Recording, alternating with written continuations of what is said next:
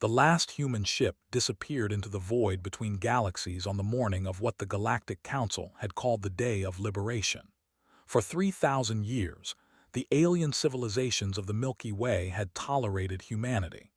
They had watched these strange, short-lived creatures spread across the stars like a disease. They had complained about human music bleeding through communication channels.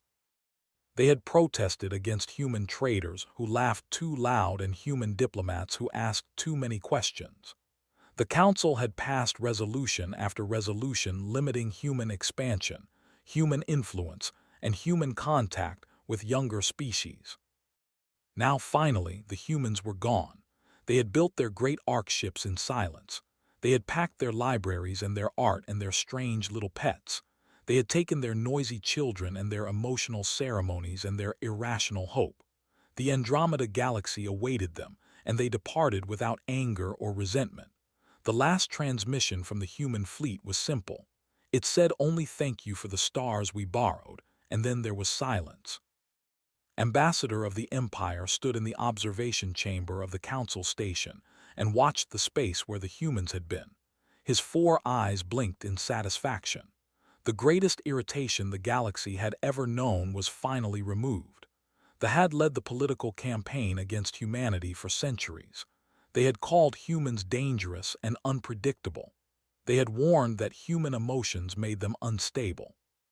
They had pointed to human history, filled with wars and conflicts, as proof that these creatures could not be trusted. The first week after humanity departed was celebrated across 10,000 worlds. They sang songs of freedom, they held festivals.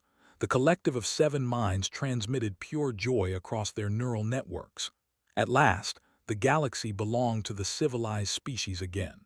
The species that were logical, the species that were calm, the species that had evolved beyond the primitive chaos that defined humanity. By the end of the first month, the celebrations began to fade. Something felt different, but no one could identify what had changed. The stars looked the same. The trade routes functioned normally. The Council continued its endless debates about resource allocation and territorial disputes. Everything was exactly as it should be, yet a strange quiet had settled over the galaxy. It was not the quiet of peace. It was the quiet of something missing. Ambassador noticed it first during a routine diplomatic reception. The delegation stood in their corner of the room. They occupied the center, as was their right as the dominant species. Everyone spoke in measured tones about measured topics. The reception ended exactly on schedule. Nothing was wrong, but as returned to his quarters, he realized that nothing had been interesting either. There had been no unexpected conversations. No strange ideas had emerged. No one had suggested anything new. The second month brought reports from the outer colonies. Production quotas were being met with perfect precision. There were no labor disputes. There were no protests. There were also no innovations. The research stations reported that experiments were proceeding according to established protocols. No one was attempting anything unusual. The scientists worked their shifts and filed their reports and went to their rest cycles. They did not stay late arguing about possibilities. They did not gather in small groups to dream about impossible things. The third month brought silence from the frontier worlds, not physical silence. Communications continued as normal. Ships arrived and departed on schedule. But the frontier had always been a place of excitement and discovery. Now the exploration vessels returned with data that matched predictions exactly. There were no surprises. There were no mysteries. The universe had become completely predictable. High Counselor of the Collective of 7 Minds was the first to formally address the phenomenon. She presented her findings to the Council with perfect logical clarity. Since the departure of humanity, creative output across all species had declined by 47%. New patent applications had dropped by 62%. Artistic production had fallen by 71%. Musical composition had nearly ceased entirely. Scientific breakthroughs had stopped completely. The galaxy was functioning efficiently, but it had stopped evolving. The Council debated this report for 6 standard days. They argued that efficiency was the goal of civilization. They suggested that perhaps the galaxy had simply reached its natural peak. They proposed that the measurements were flawed. No one mentioned humanity. No one wanted to admit that the removal of the galaxy's greatest annoyance might have consequences. But privately, in their personal chambers and their quiet moments, the leaders of every species began to remember. Ambassador remembered a human merchant who had visited his centuries ago. The merchant had carried strange goods that no one needed, musical instruments that made irregular sounds, books filled with impossible stories, games that had no practical purpose, had dismissed the merchant as a typical example of human foolishness. But he remembered now that his own children had spent hours with those instruments and books and games. He remembered that they had laughed. He could not remember the last time a child had laughed. On the ocean world of, the elderly philosopher Shenka sat in his contemplation pool and recalled the human who had lived among his people for 40 years. The human had been a marine biologist named Sarah. She had studied reproduction cycles, which was acceptable. But she had also done something strange. She had formed friendships. She had learned individual names and asked about individual concerns. She had celebrated births and mourned deaths as if they mattered to her personally. When Sarah finally died, at the age of 87, the entire northern hemisphere had observed mourning rituals. Shenka realized now that no one had performed such rituals since. They had stopped caring about individuals. They had become a species of statistics.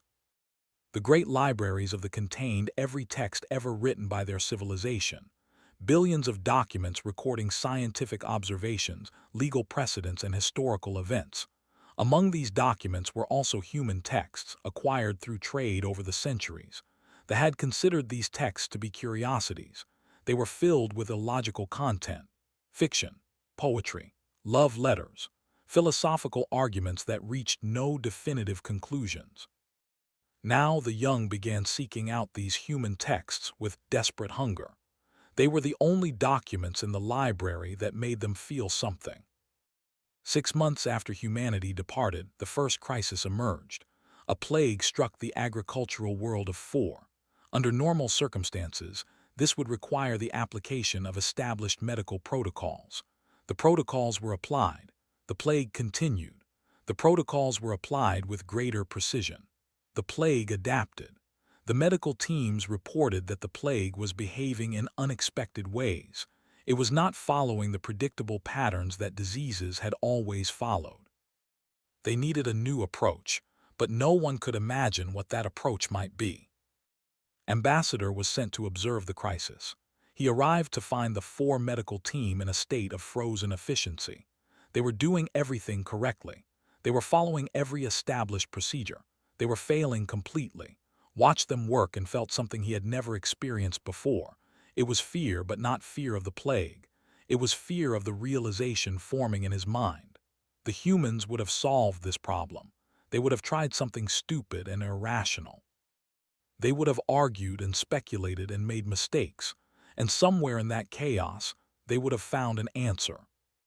Returned to the council with his report. The plague was not actually a plague.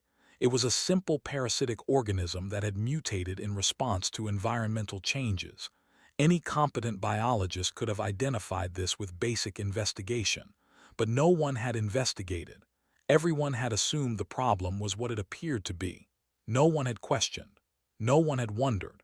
No one had done what humans called thinking outside the box. Term became famous after that. Thinking outside the box. The council commissioned research into human cognitive patterns. They discovered that human brains were structured for uncertainty. Human evolution had occurred in an environment of constant change and danger. Human minds were designed to imagine things that did not exist. Human emotions were not weaknesses. They were tools for navigating an unpredictable universe. Humans had not spread across the stars despite their irrationality. They had spread across the stars because of it. 1 year after humanity departed, the Council made its decision. The Galactic Emergency Declaration was broadcast across all frequencies. It acknowledged that the removal of humanity had been a catastrophic error. It admitted that the galaxy had depended on human creativity in ways no one had understood. It announced that all resources would be directed toward establishing communication with the human fleet in Andromeda. The message was transmitted continuously for 3 standard years. The humans did not respond. Ambassador spent his remaining centuries studying human history. He learned about their wars, yes, but also about their art. He learned about their cruelty, yes, but also about their kindness. He learned that humans had always contained contradictions. They could be violent and gentle, foolish and wise, selfish and generous. They were never just one thing. That was their secret. That was what made them essential. The ancient archives revealed a final truth that broke hearts. Humanity had not left because the Council drove them away. They had left because they understood something the other species did not. The galaxy needed them, but it also needed to learn why. The humans had known that their neighbors would never appreciate them until they experienced life without them. The departure was a lesson. It was the most human thing imaginable. It was hope that others could learn and grow and change. 10,000 years after humanity departed, the Milky Way sent its first expedition to Andromeda. The journey would take generations. The ships carried representatives of every species, all of them trained in human languages and human customs and human ways of thinking. They carried gifts and apologies and promises. They also carried something more important. They carried the understanding that the universe was not meant to be predictable. They carried the knowledge that chaos and creativity were not enemies of civilization, but its foundation. They carried the truth that humanity had tried to teach them all along.